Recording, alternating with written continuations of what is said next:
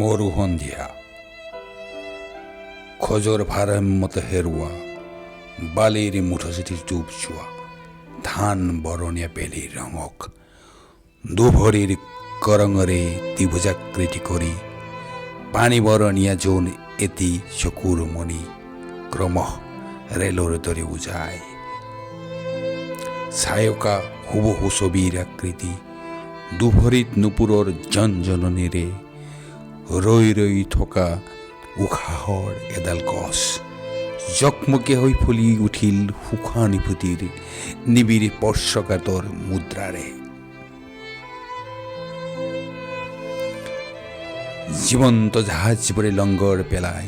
ঘা পাগলি থাকিল স্মৃতিকথাৰ মালিতা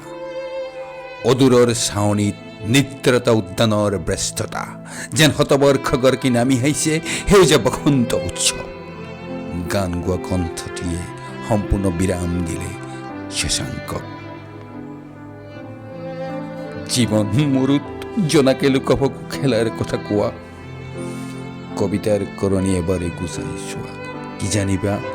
তুমি বেয়া পোৱা ৰাতিবোৰ ইয়াতে উশাহ সলাই মৰুৰ বুকুত জনেই প্ৰাণ ধন্যবাদ।